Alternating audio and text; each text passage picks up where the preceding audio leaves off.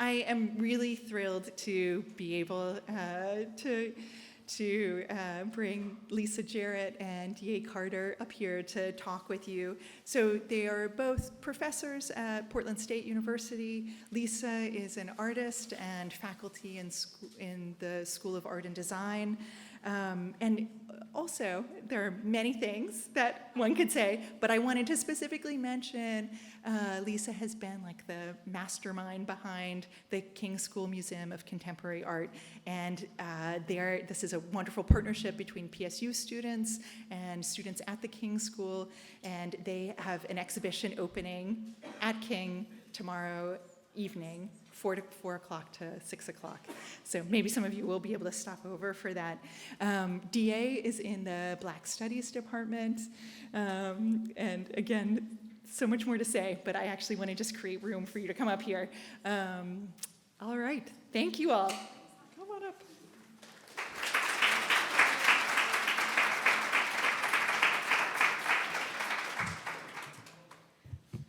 Good evening, everyone. Thanks for coming. It'll take us just a few minutes to kind of get situated and comfortable, so bear with us. Do we want to be like farther, closer, side to side? Okay. And you have our advanced situation here? Okay. Okay. Next slide. So we were really excited to be invited to participate in the educator programming in this way. This exhibit, I think, has meant a lot to both myself and DA based on what we're interested in teaching and our research interests, respectively. Constructing identity is really sort of thematically deeply tied to how we think about the world and how we try to investigate and understand our own roles as Black folks in the United States, particularly in 2017, I could say. We thought we would start with the slide that you actually meet at the end of the exhibit in that room that I think is called This Is Ours. Is that the correct? The Art Is Ours. It closes with a quote from the curator, Beresford, and talks a lot, uses a lot of we language. And we came to that place, and it kind of cast us back into thinking how we would structure this conversation. So we're thinking about tonight very much as a conversation that we'd like to have with each other kind of in your presence, and maybe kind of as a call and response experiment between the two of us and the work that we engaged with during our various visits to the museum to kind of build this experience for this evening. I think that we found that we both identified with certain statements in this particular quote and also found some resistance with other statements within this quote. And that led us to thinking about all of the different ways that people would be responding to the work in this exhibition and thinking about how labels and containers can be both opportunities for accessing work or lenses, and can also sometimes maybe contain the way that you might experience something in a way that limits your capacity for imagination. So we thought we would kind of go through a few of those ideas and looking at a few specific pieces that we were both just kind of like magnetized to. You know, we kind of did this thing, this in and out. We'd like be standing together at something and then we'd wander apart and I'd look over and I'd see DA just like, you know, like right up on something, just so close. And then I'd run over and say, what are you looking at? What do you see? And we'd kind of have a conversation that went from there. So yeah, I think that's a good place to start. Yeah. We also noticed, we'll have maybe the next slide, that there were, the thematic arrangement of the exhibition relied very heavily on labeling as a curatorial device to help. Well, we weren't certain, actually. We were curious about that, partly to try to segment the wide array of works in this exhibit into sort of maybe digestible pieces, and partly to help you think about content contained within the work. And so these 6 categories, abstraction, community, faces, gender, spirit, and land, you will find as accompanying text on each label in each piece within this particular exhibit. Sometimes we started talking about what would happen if we switched the labels that were presented to us around, and how that changed the way that we saw the pieces. Because I think, you know, we saw that text at the beginning, right? But then it took us a while to kind of come back to recognizing that those labels were there. I don't know if that happened to anybody else. I'd be like, oh yeah, this says faces. Oh wait, that last piece I was just at, what did that say? So we thought we would just kind of highlight what those 6 categories were again for you here as we go through these works, and invite you to think about how each of these labels function as a different lens, and how they offer different possibilities for how you might interpret, understand, or even evaluate the works that you will find in the exhibit. Yeah. So the question that came to mind, really, that kind of encapsulates everything I said is, what happens when the labels change? What happens physically in your body, right? Is there a body response? What happens cognitively? What happens intellectually? We are academics, so we get, we get really excited about how to categorically redescribe and redefine something. So just kind of hold that in your head and in your body as you think about these images with us tonight. That'd be great. Okay. Pop culture was something that kept coming up. Okay, so we also added our own lenses to these things. So within those 6 categories that sort of tell us place, they might locate a subject matter sometimes. We also cast into other things that we really identified with within the exhibit. So within pop culture, we thought about this idea of changing meaning, authorship, right? Like who gets to control meaning, and the power of social media to affect the things on either side of that. And DA, this image, why did we go here? Oh, we came because it's Lincoln with a fro. Because come on. Like, It's like, it's the smallest piece in the entire exhibit, I think. In terms of scale. As we're walking around, like I remember going into the room and seeing this piece and being immediately drawn to it, right? In part because, so I do work in Black cultural studies. I'm interested in the overlaps between, I will say, theory and history and literature, and I talk a lot about gender and sexuality, right? So this particular piece, though, reminded me of a pamphlet that was published by an independent scholar named J.A. Rogers, which is called 5 Negro Presidents. Anybody know about that text? Raise your hands. That's what's up. Thank you. Yes. Okay. That's what's up. We got a couple of people, right? So this is a piece. This is a pamphlet that was published maybe about 100 years ago, right? So J.A. Rogers being a scholar who was very active during the Harlem Renaissance moment, and he was, for lack of a better term, at this moment, obsessed with blood quantum and genealogy, and so he would trace. He was basically, we use Ancestry right now, but about 100 years ago, J.A. Rogers was going into archives, doing work, connecting all of these different people from around the world with, we'll say, royal empires. And so with this pamphlet, this very thin pamphlet called 5 Negro Presidents, he talks about how, according to the one-drop rule, which is a rule of hypodescent, which stipulated that if one person had at least 1 drop of black blood, right, then they were technically black. Okay, so sociologists in the room, y'all probably know about this, anthropologists, if you especially study Native American legal histories, it's an absolute component, or is an integral component to how it is that some groups' rights are given to them and also taken away. And so J.A. Rogers has this one pamphlet where, little 20-year-old me seeing this pamphlet was absolutely blown away.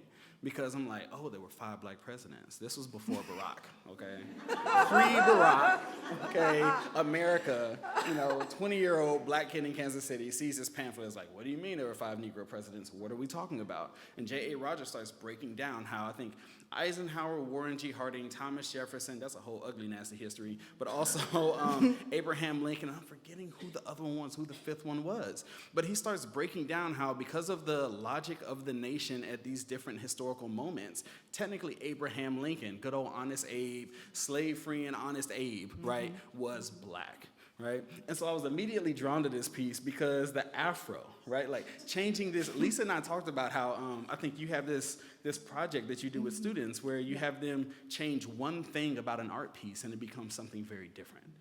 For me, I was really interested in how remixing this one particular, this monetary note, right, triggers a different understanding of the American historical imagination, right? That is to say, me seeing this one little afro, right, added to Abe Lincoln, reminded me of this pamphlet, which a lot of people still don't even discuss, in American history classrooms, but it also made me think about the kind of fun that we can have when we play with history, right? And it's not necessarily about determining who's a good person or a bad person, right? But I'm interested in the kind of playful ways in which we can highlight, particularly African American folks or Black folks' humanity, okay? So let me give y'all some examples. Can we go to the next slide? All right, dig it. Yeah. All right, so I've been fascinated, fascinated by civil rights Twitter. Please raise your hands if you've heard of civil rights Twitter. Okay, yes. Okay, so I'm gonna go back real quick before we go ahead to civil rights Twitter. Okay, civil rights Twitter, emerged, as far as I can tell, maybe a year and a half, 2 years ago, right? Where folks on Twitter, right, this very vaguely, there's a group on the internet that we call Black Twitter, okay? Black Twitter can take an image and create a whole nother cultural conversation around, say, a historical document using idioms and expressions from African American culture or Black culture diasporically, right? And so one of the things that happens is this idea of hero worship around the civil rights movement is undermined and reformulated to highlight the humanity of Black leaders, okay? Now, before you think that I'm making too much of a leap here, okay, we can even consider how director Ava DuVernay in the film Selma has these two particular moments where she takes a figure like Martin Luther King Jr. and highlights how petty he can be at times, right? But also gives us insight into how it is that he can even fail his partner, right? Coretta Scott King. There's one moment where Coretta goes to see him in jail and she talks about how she had a conversation with Malcolm X. And he says something, I think he says something to the effect of, yes, you appear to be enamored, right, with him or by him, right? And there's this moment where all she has to do is like cut this look and his head sinks, okay? So for me, this is very different from the idea of MLK that I received growing up in the U.S. South, right? So spending most of my childhood in Alabama, right? But there's another scene in the film where the FBI has sent a tape, a recording or played a recording for Coretta Scott King.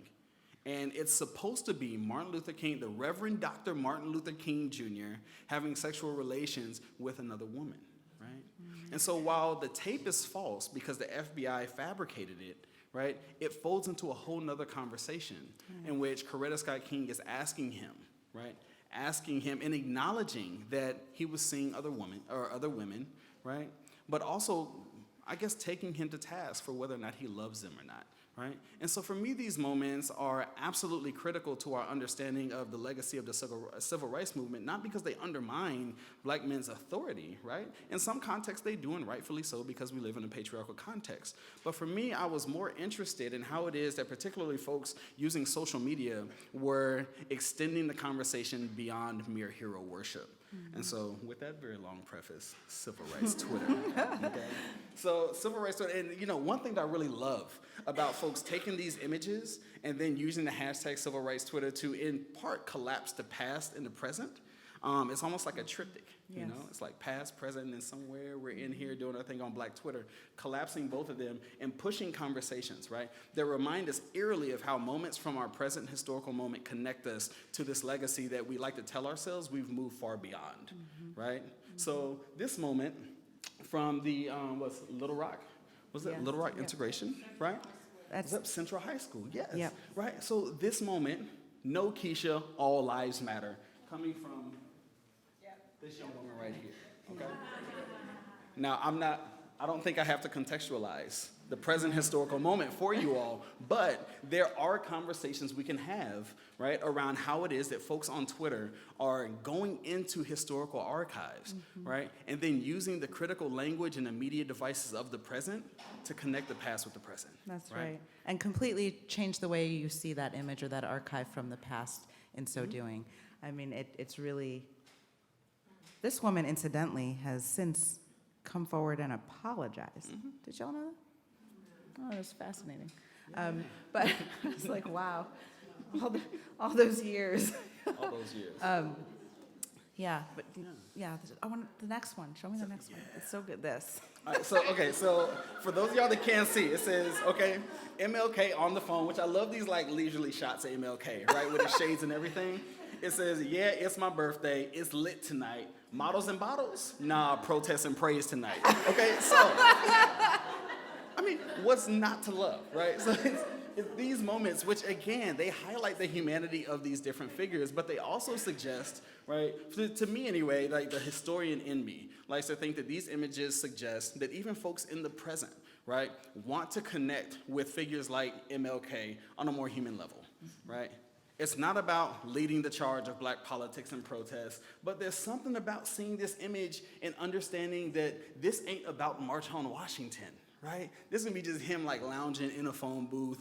Maybe he's talking to a friend, maybe he's talking to Coretta, maybe he's calling Mahalia Jackson and asking her to pray for him and sing for him. We have no clue, right? But I'm really interested in how folks are going into archives. Like I think one of the debates that happened around civil rights Twitter, right, was folks, some critics were saying, well, you're absolutely undermining the legacy of these icons. But I'm like, well, no, another way to read this is to think about the fact that folks online are digging through historical archives, digital historical archives, and they're mining this material, right? And then using online discourse media literacy to make it relevant, right? Make it relevant again. And so this idea of remixing Black history, I think that's what resonates most with me. Yeah. And it's also completely different than having a particular iconic image continually represented for you for consumption, right? The idea that you can go into an archive and for yourself, I mean, I think if anything, this exhibit represents a lot of that. I think when you think about constructing an identity, there's this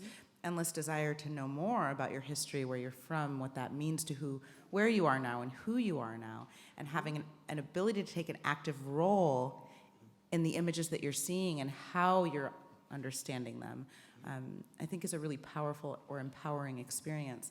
And Clark is in a way doing something similar. You could think about currency as an archive of senses, right? And you could think about this application of a particular hairstyle that is associated with Black culture as a commentary or I don't know, it goes both past and present, right? The time moves both ways in that piece.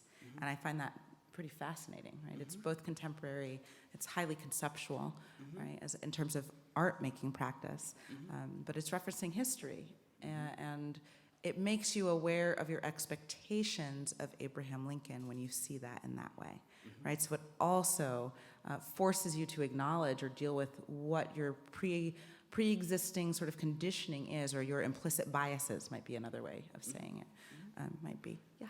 You know, once you mentioned, like, okay, so bringing up the Afro again, it just dawned on me that I'm like connecting the Afro to Black 1960s and 70s pop culture, particularly the 1970s, because I'm a Blaxploitation junkie. Yes. Okay, do yourselves a favor, if you don't know about Blaxploitation, just Google it. Google. Okay, blessings. All right, but when I think about even Abraham Lincoln and this, the connection to maybe like Black hairstyles. Right? If I'm thinking about Black hairstyles in the context of, we'll say, 1860s America, and I'm thinking about abolitionism, I'm thinking about Frederick Douglass, which he had that serious blowout with the meanest part I've ever seen in my life. I mean, pie charts are envious of the wedge. They're like folds to the side. Oh, I'm doing all kinds of things, right? But for me, like, that's the kicker, right? Is that with this piece with Abe Lincoln, right? It's somehow not even necessarily, or one could argue, not necessarily about whether or not he was Black, but how Lincoln lingers in the American historical imagination, and how we use Lincoln as a resource for making claims about Black emancipation and who it is that we can possibly be as a nation, right? It's like there's something about how we read Lincoln's whiteness, right, that is so wonderful and makes us feel so good about the fact that he freed the slaves. And I'm like, but how would that be undermined if we talked about Lincoln as a Black person, right? Would that still hold up for us, right? Would it stir us, right? And if so, how? All right, so next one. Yes, I could say, oh, I'm so excited.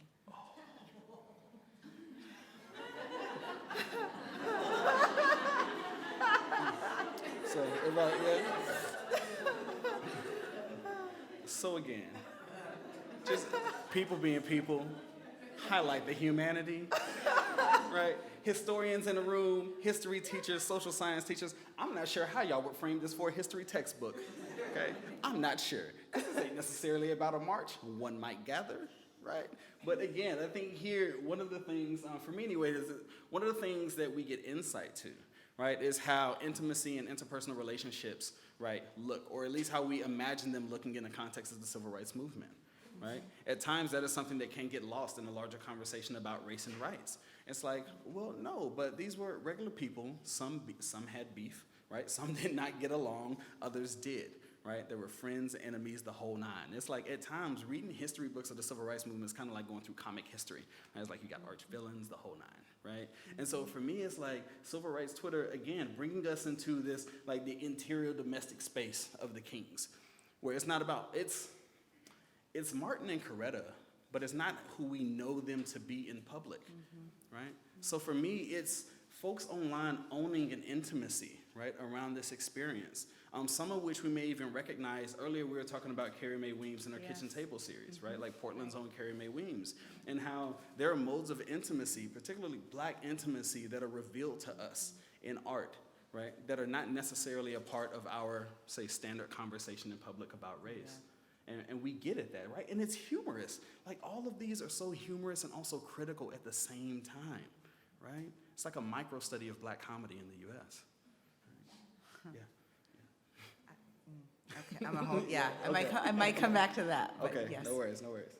Next slide. Sure. All right. How y'all feeling? Y'all okay? Okay. Cool. We got like wine and cheese and snacks. You know. Yeah, Carb up. feel free to get up, you know. Yeah.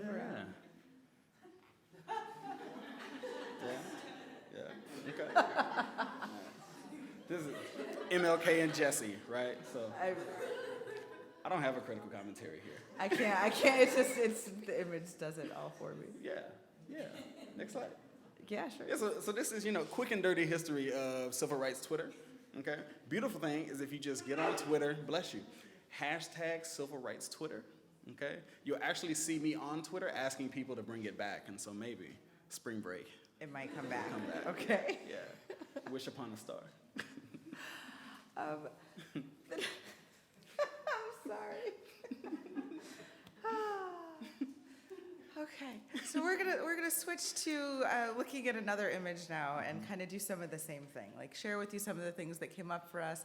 And one of the themes that we kept returning to in almost every piece that we encountered was this idea of access, and not necessarily in terms of accessibility in a physical way, but almost in a projected way. And when you see the work that we're talking about, I think that will make a lot of sense to you. Visibility, historicity, fluidity of identities, and these notions, these seemingly opposing ideas of absence and presence. Okay, so this image has been iconic. And so, by the way, these photographs look like this because this is literally, we just took these as we were working. Okay, so these are not the catalog, these are not catalog quality images. But we wanted it to feel that way, like you were kind of seeing it as we were seeing it. I mean, so that's why. You can always see, what's nice too is you can always see the reflection of either us or the camera or the other work in the exhibit as we go through the slide. And we found it really important to always include the label as well, because remember now we're thinking about labels, right? So what happens if you switch, and if you take gender away and you put land here instead, or you take, you add land and then you add faces, right? So think about how that might change your expectation of this particular piece. So I don't know, DA, we ended up even talking about this while we were sitting here just getting ready for this conversation tonight because it was projected on the screen on the main page of the site. And we had, how many of you are familiar with Kara Walker's work outside of this exhibition and have seen it perhaps? And so you all know that she's known for her sort of really large-scale historical narratives, right?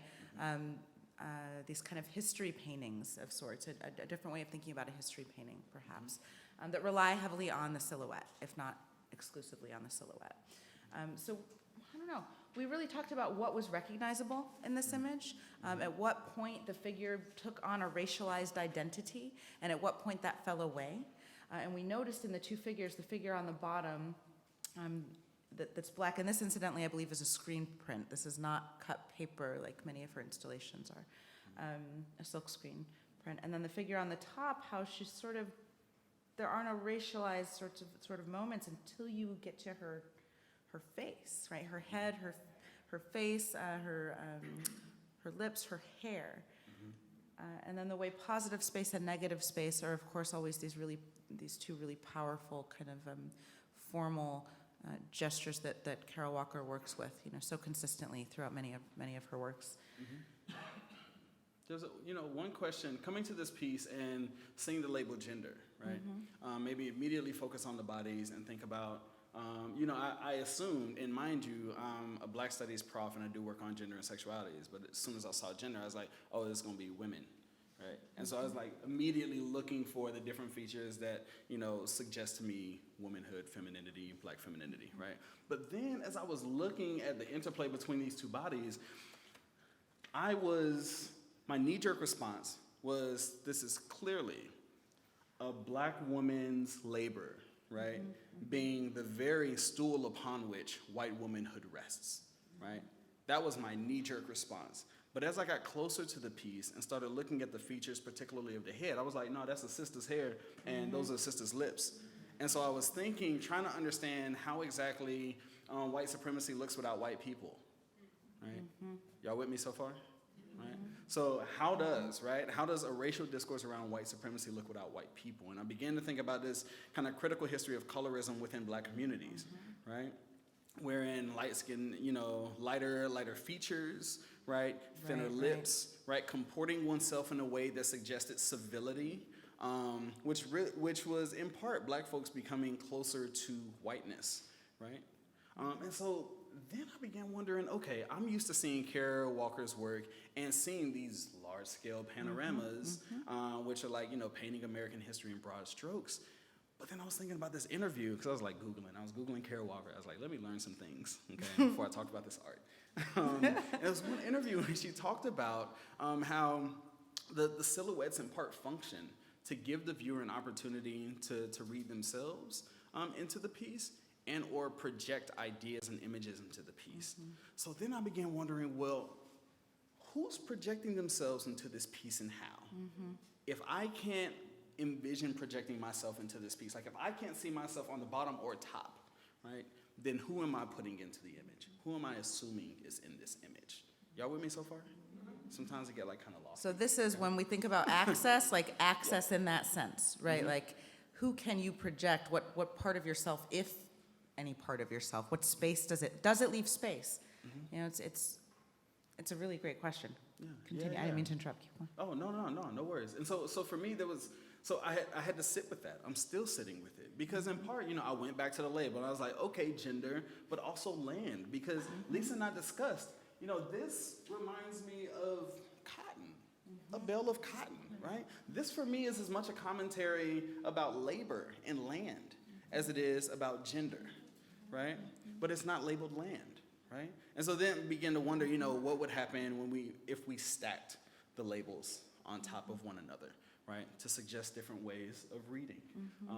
What then do we extract from this image, from our interaction with this image? Yeah, the possibilities and it's one of the most fun things I think about looking at Carol Walker's work. It seems so simple, right?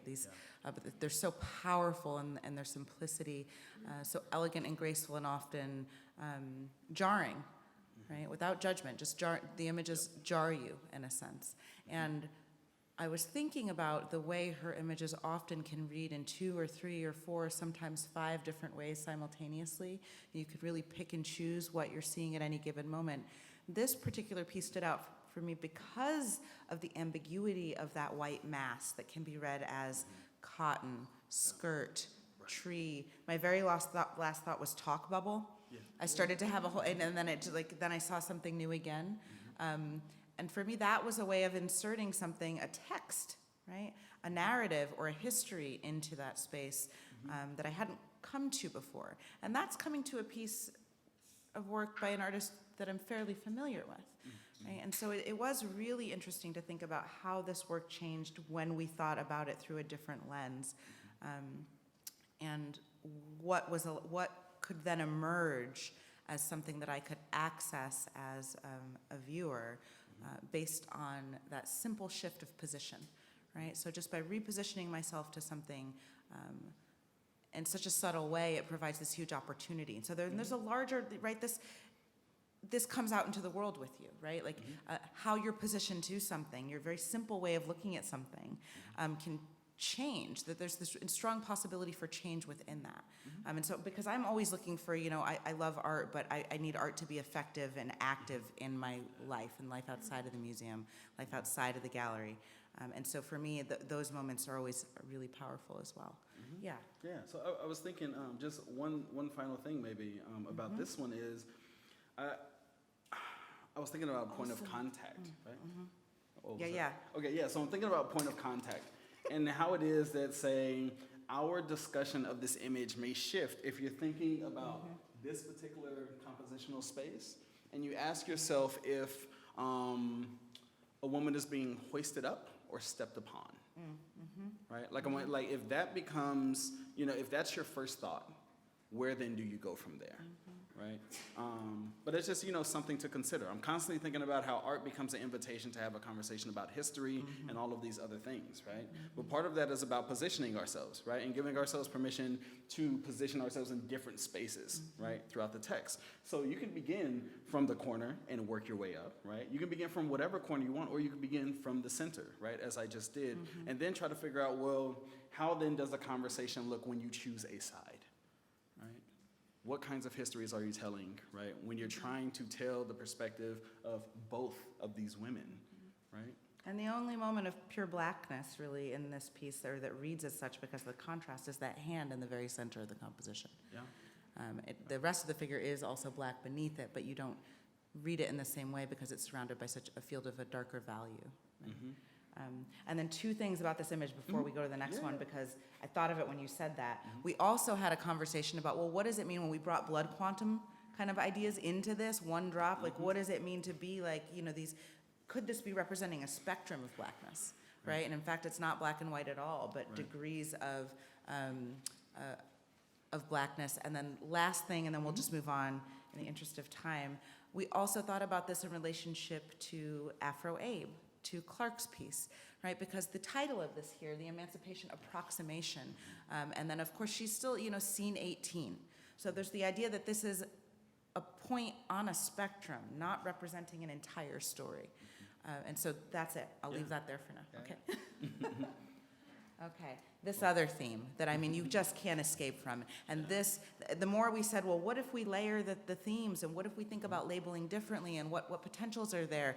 What we're really talking about is intersectionality, right? How one experience informs another experience, and they are no longer the same, in isolate. You can no longer think about them as isolated experiences, but the overlap actually creates a new experience altogether, right? And the way that, so often intersectionality, we talk about it in terms of like race, gender, class, right? And the ways in which I am a woman and you are a woman may be different, but when you add my blackness to it, that adds a different thing, and you add my age to it, right? So on and so forth, right? So these intersecting identities and how they inform a larger sense about that. With this next piece, we sort of detected that with materiality, both with some of the formal things with like reproducibility, because it's also grounded in printmaking, not unlike Kara Walker's piece, recognizability, what you're able to identify versus what remains sort of mysterious, and then how gender affects the gaze, maybe, in this piece. Okay. Here we go. Quick note. So that's just a reflection of another piece? Yes. Right? So it's not a It's part not there. of this one, okay? That's not really there, or is it? This is in part the drama of our life as photographers in the museum. Oh, Magritte would have things to say in this moment, I think. Man Who Feels Shape, right? Faces. This piece just, I don't know, we both loved this piece. From the very beginning, the first time that we saw the show together, the exhibit together, we both just sort of stood in front of it in wonder. This is an interesting piece because I kind of thought about abstraction as an additional label to faces. And abstraction, of course, seemed like the outlier in terms of categories in this exhibit, because it seems to refer to methodology of how the work is made instead of content of what's in the work. But that's not entirely true either. So I don't know, with this piece, it's a photographic process. We had to do a little research to understand how this was made. And it's a photographic process. This artist has an interest in, we also wondered about spirituality, or spirit as a category for this, because of some of the label copy at the bottom talking about what this person's relationship is to spirituality. But Man Who Feels Shape as a photographic process made me think so deeply about the opportunities of photography and art in general for one to control the way their identity is constructed. Right? So as opposed to having to accept a dominant narrative on who you are, what you are, where you've been, where you might be going, this is an opportunity to get people to see something from the way you would like you envision it. Right? So there's a lot of power in that act. As a photographic process, it's also a writing of light, right? And that's a really interesting way to think about the process of photography. It very much comes out of how light affects a surface. It's an exposure, right? An exposure to something. And with this, there's like an emulsion placed on the surface, the way you would do a cyanotype, if you're familiar with the cyanotype, where there's an emulsion placed over a surface. What you expose to the light and cover will wash away. What gets sort of burned into the paper goes darker, and cyanotypes are typically blue and white. If you've seen those, they're more common. Yeah, somebody, I hear somebody. You can snap if you know what I mean. Yeah. So yeah, we just got to thinking about that, and then I thought about this in terms of gender too, because to me, I'm not certain how this figure is gendered. And so there's a lot of things about there's a lot of assumptions that come into play. Without the title "Man Who Feels Shape," I don't know that I really am entirely certain that I know the gender of this particular figure, and I'm entirely comfortable with that. So it's I don't know, the gesture. I thought it was a drawing for the longest time until I looked it up, and I was like, no, oh my God. It's a photograph manipulated. And then the materiality, there's dirt, right? Like the dirt in the casein, which is a milk product. Right? Like the earth, the raw earth, right? Raw earth, right? Raw earth on paper. And typically, paper has a high cotton content as well. So that's just something you would know if you worked with printmaking or paper a lot.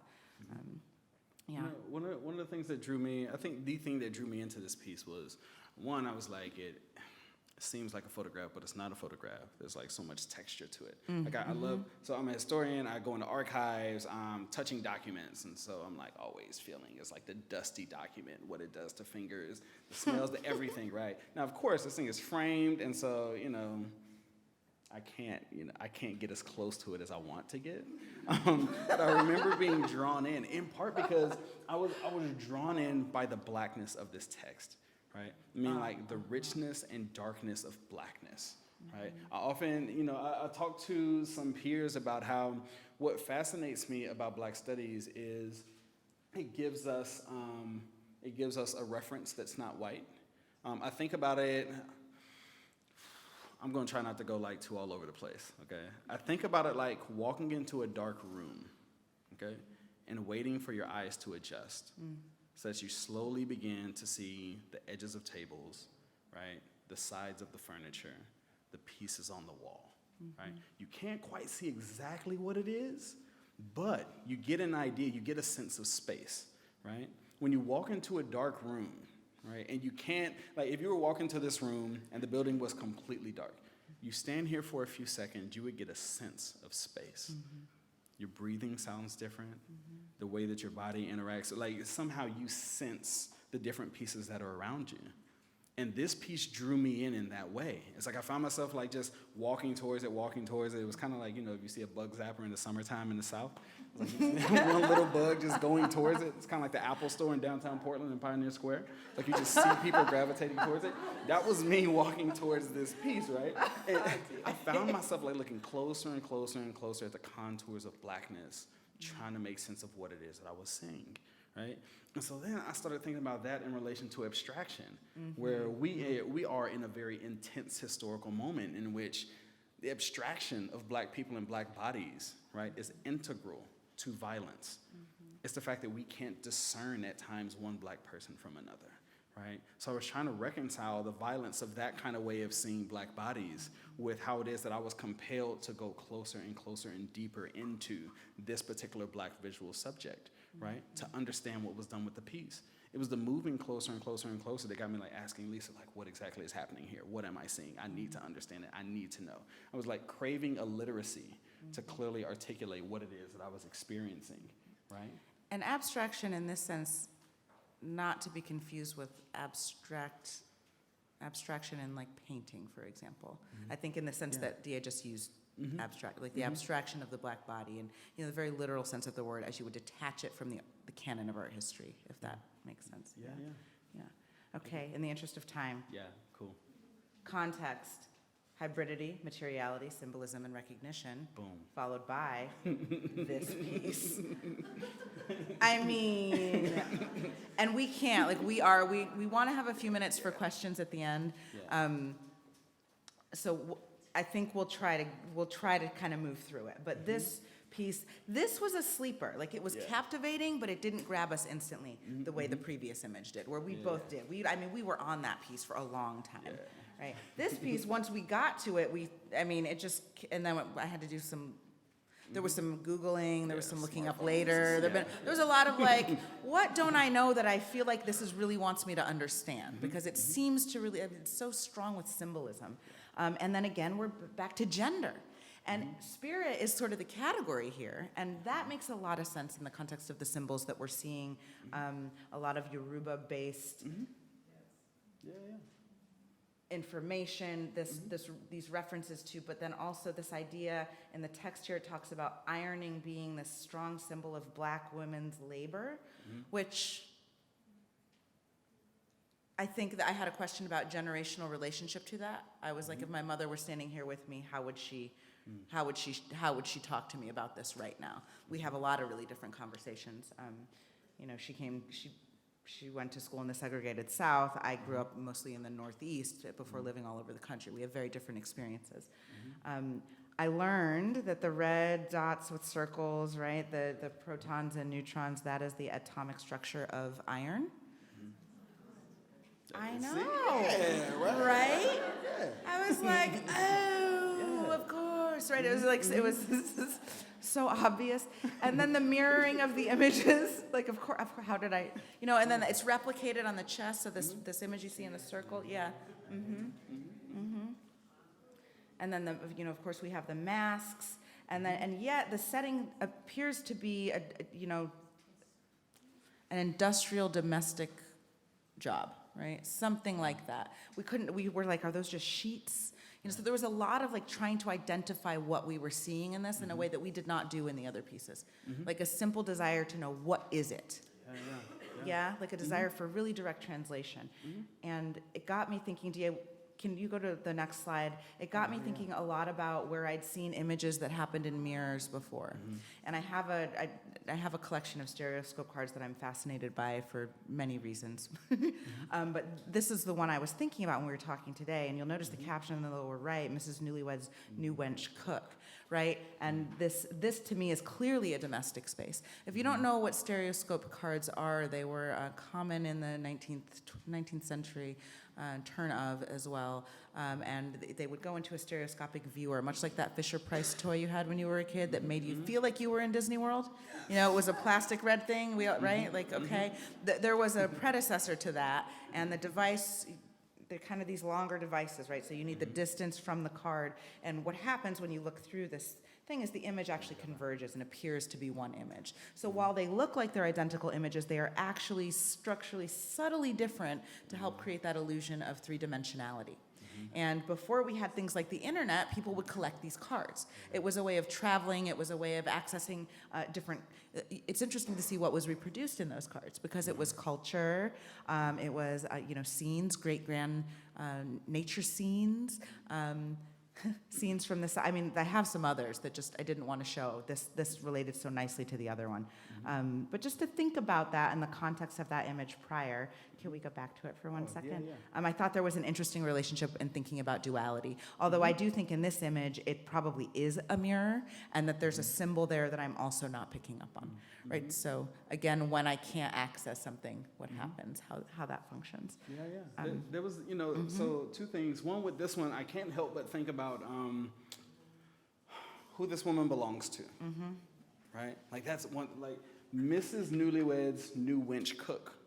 we, oh, yeah, yeah. So we don't know her name, right?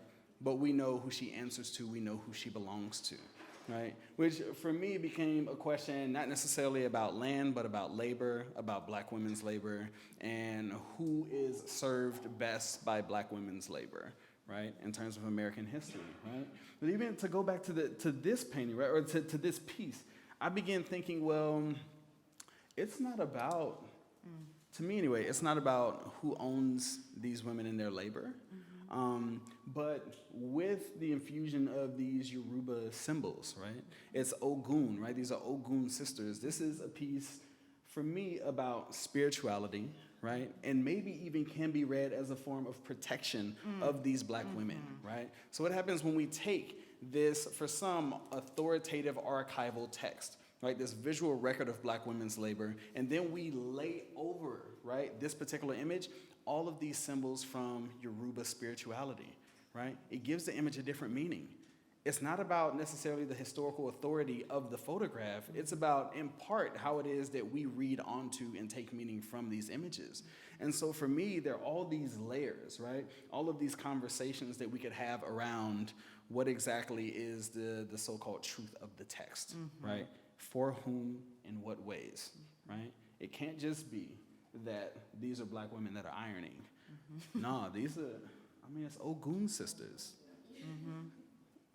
We can have so many We have conversations. so many things. Okay. How much time do we have? How are we on time? Are we okay? It's 20 past. 20 past. Okay, so can we, one more? Hurry. Can we, yeah? Okay. We will, Can we maybe do one more? maybe we'll, what? Do this one. Do Do this this one? one? Okay, cool. Do this one quick. Okay, she's pointing in the back. Okay. Okay. Cool.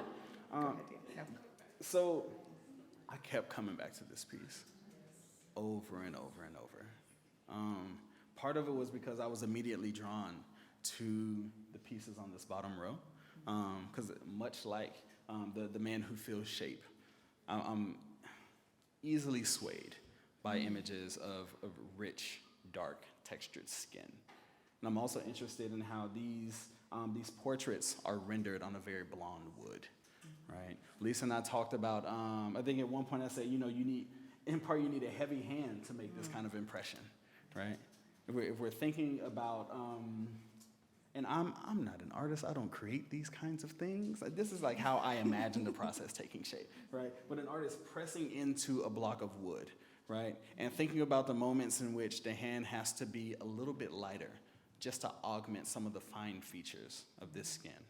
Can't press too hard, right? Can't be too soft. There's something about that process that absolutely fascinates me. But then, before I looked at the label, right? Because it's faces, but even before I looked at the description, I was trying to figure out what exactly is happening with this pyramid. And I kept thinking, oh, it's a bunch of Black folks. Darker, you get to the top, and that's where it got tricky, okay? Some of y'all might know, the history, we'll say, of Plessy v. Ferguson, right, 1896, and the fact that in part we have separate but equal because we got some Black folks that we can't quite tell is Black, right? And so by the time I got to the top, and mind you, before having read the description, I was looking closely. I was like, Black? But again, right, it's like thinking about race as a form of visual literacy. And so as I'm combing through this piece, I was struck, right, in part by how direct, right, some of the stares are, right? The gaze is being returned. But, as we go up, bodies get lighter, right? There's really, maybe 2 or 3 folks that we would identify as girls and or women. There's women, yeah. Yeah, but then Maybe, But then by the time we get to the top, what'd you say? It's kind of like Jesus. It's kind right. It has this very Christ-like quality. Yeah. And by that I mean thrift store Christ. You know, I'm like Thank you. Jesus Thank helping you play baseball. There's a Right. a way that is so unlike the others. Right. Yeah.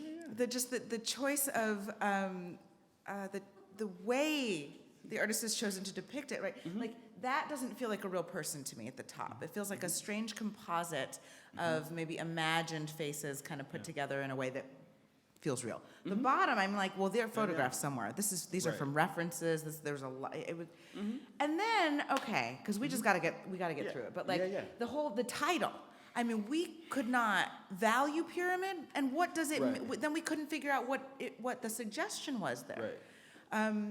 And then I kept thinking about, well, the structure. So if I took one thing out of the bottom, the whole thing would topple. Are you all right? Okay. Yeah, sure.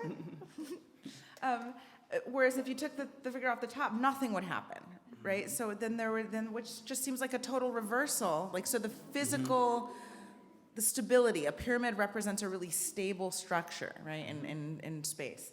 So, I mean, this was a puzzling piece for me. I still can't settle out on it at all.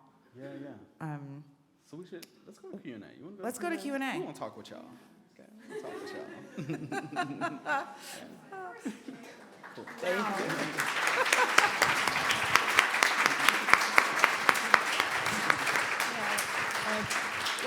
What a privilege to get to be part of this conversation. So thank you.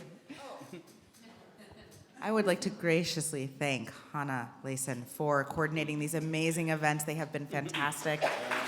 Yeah, it takes a lot of energy and time. Thank you.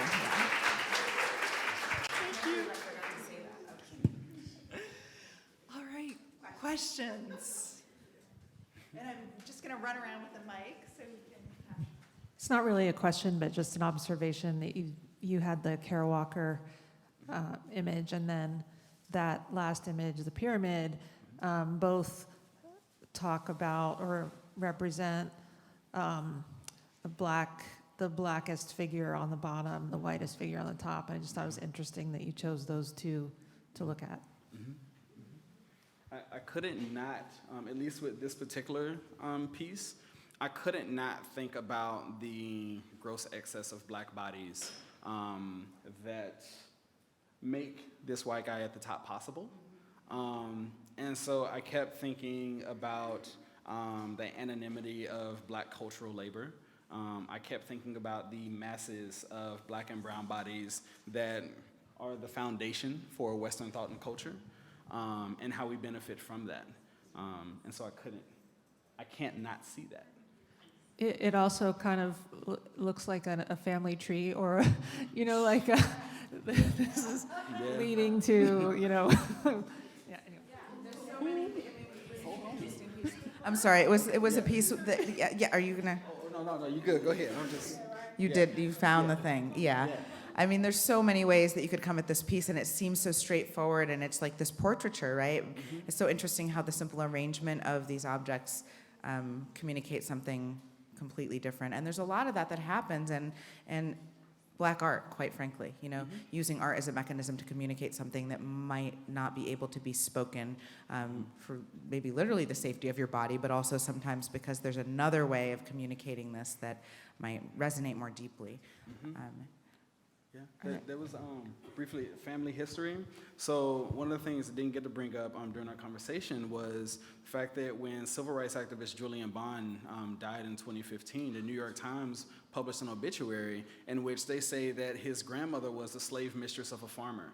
Okay, now the slave mistress of a farmer is very different from the rape victim of an overseer.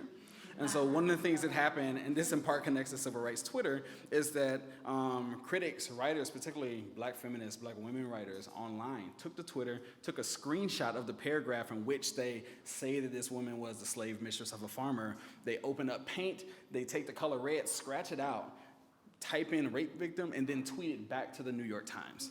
Okay, so historians pick up on this, it gains traction, and the New York Times prints a retraction and a whole letter of apology, right? So at all these different moments, even like the family, America's family history is constantly being negotiated and revised because it's written in pencil. So. We might have time for maybe one or two. Yeah. Cool. Yeah, do we have one or two more? Yeah. So my question is, this is like my fourth time seeing this exhibit, and each time I see it, I see something different. But I just remember the first time I was here when the artists were here. I kept thinking about how we engage children in analyzing and understanding the art, because there's such a variety. And so I have a 2-year-old and a 3-year-old granddaughters, and I do things with them so that they can see themselves in a positive way and then understand those images that may even be frightening to them. So if you could just speak to how do we really get our youngest ones to understand and appreciate the images that are in the art. I got you. So they Motown. Thank you for that question, and actually just helping us to recenter on this idea of the educators that are here in the room this evening. I love that you're going to thinking about our youngest and how we think about that. And what I always go to are how many impressions I took from that age that are still with me in defining the way I navigate the world, right? And so when I think about the power and the opportunity to bring children to an exhibition like this, I think about an opportunity to share with them why it's special, but not to almost help it feel just like this is what should be here, you know? And there is this wonderful thing, and I don't want to minimize in any way how powerful it is to have an exhibition like this hosted by an institution like the Portland Art Museum, but we shouldn't pretend that this is the regular course of events. There's a reason it seems special, right? And it's because it's a narrative that isn't integrated and it stands out as such. When you walk through the rest of an institution like a museum, these are not the images you typically see, with a few exceptions. Kara Walker, for example, right? So an example of what I could also categorize as Black exceptionalism, right? Work that has done something very particular and is therefore kind of in a canon, or it has ascended, if you will, right? And so to this idea of how we work with children around these ideas and issues, I think it is by bringing them to the spaces and letting us hear their voices and honoring and respecting their questions, of which they have many. I have more questions now as an almost 40-year-old woman about my identity and heritage than I ever did as a 7 or 8-year-old little girl.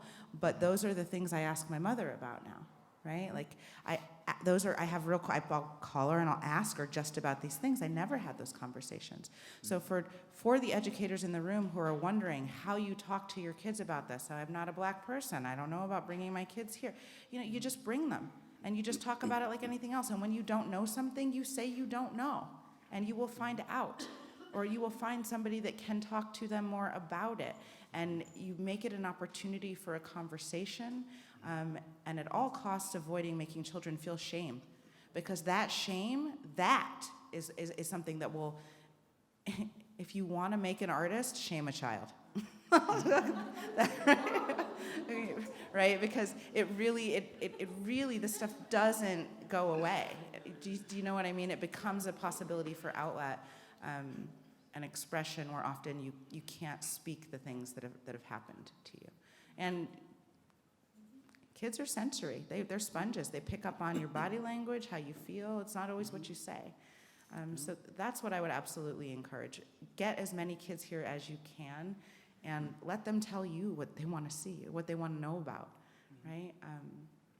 Avoiding, I think, didactic methods of teaching around this kind of work is valuable, because there's a lot of painful history embedded in these images. Right. But it doesn't mean it's not our history. And if I may be so bold as to suggest that is exactly the problem, right? that there seems to be a tendency to want to avoid the painful sorts of parts of history, or very specific kinds of narratives around our history, just like DA and I were talking about with like MLK Jr., for example, right? There was, one thing that, which, thank you for your question. Thank you very much for that question. Well, one of the things that I keep coming back to, I had this whole rant in my Black Masculinities class recently, where I was telling students,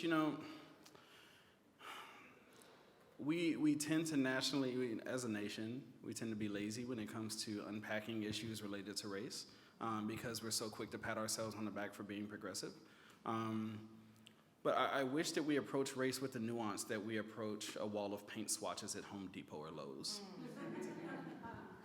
Like, consider that, right? It's like eggshell white, mother of pearl, right? Clouds. It's like, so for me, it's like we can approach conversations about race with just as much, if not more, nuance. And so one of the things that we get, right, is that this exhibition is, for me, it's very rhizomatic. There are all of these points of entry, right? And it's not as if by the time we get out, like we just have this whole new consciousness.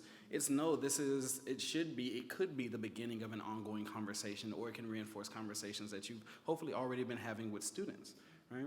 And so part of that is like, I think about some of the pieces we see in this exhibition, and I think back to now, I need to call my folks and be like, thank y'all, because I was kind of spoiled by having all these black stamps, like black history stamps, right? Having postcards, envelopes, all these images, right? So it's like black was regular. Black remains regular, and I was educated in predominantly white spaces, right? And so, but for me, like that, having that reference point, right? Even when I was having my existential crises, which I continue to have, right? And I'm not gonna tell you how old I am, like don't crack. So, but what I'm getting at though is like, there are ways in which we as educators can absolutely make what we see in this exhibition normal, because we have curricular authority, right? Or we at least have authority when it comes to our classrooms, the kind of conversations we can have, right? And with that, and I say this as somebody who is teaching at PSU and has at times conversations with white educators who are saying, well, I don't know how to connect with my black students. I'm thinking, well, you don't need to connect with them, by saying, I'm a black person or I had this particular racial encounter, right? But it's about understanding the extent to which having more themes from black history, black literature, black culture in classes can absolutely enhance critical thinking. Another way to think about it For is... everybody. Right, yeah, for everybody, right? And this is like beyond February, right? And so... Yes. After real, February. Right? Yeah, and I say that in part because we want to pat ourselves on the back around race, then we would be maybe more reticent to deal with the extent to which we fail ourselves and others, right? So poet Claudia Rankine, she was speaking at Reed, I think a year and a half ago, and she says her book Citizen was largely about how we fail ourselves and others every single day along racial lines, because we have a particular kind of etiquette in this country where it is absolutely unconscionable, right, for somebody to call you a racist and have that be the truth. But it is pretty okay to do racist things, right? So consider that, right? And so I'm constantly thinking about how the kind of conversations that we have around not just blackness, but race in general can shift when we make normal the understanding that we can and do fail ourselves and others, right? Allow our students that kind of humility, that kind of understanding, in part so that they can bounce back more resilient or not, but at least sit with that understanding, sit with the lowness. That for me is the register of blackness, right? Both personally, emotionally, and intellectually, right? And so we can do that work by making it normal. Yeah, and I guess I would just kind of close that thought out too by responding to what Gia is saying and bringing it back to the way we were thinking about labels here. The one thing that these labels do in the context of this exhibition is it causes you to question what you expect when you see the word faces, or what you expect when you see abstraction, right? Thank you. So there is this real attempt at thinking through these things in a way that's very nuanced and really sensitive. Thank you so much for coming. Have a great night. Yeah. Thank you all so much for being here. I'm going to turn it back over to Hannah. I think we're about out of time for the evening. Okay. Thank you all.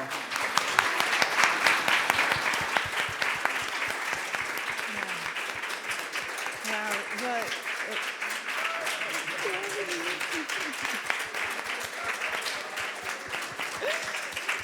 An enormous thank you to DA and Lisa, really. That was incredible. And also, it's been recorded. So this is something that you'll be able to share with your students as well.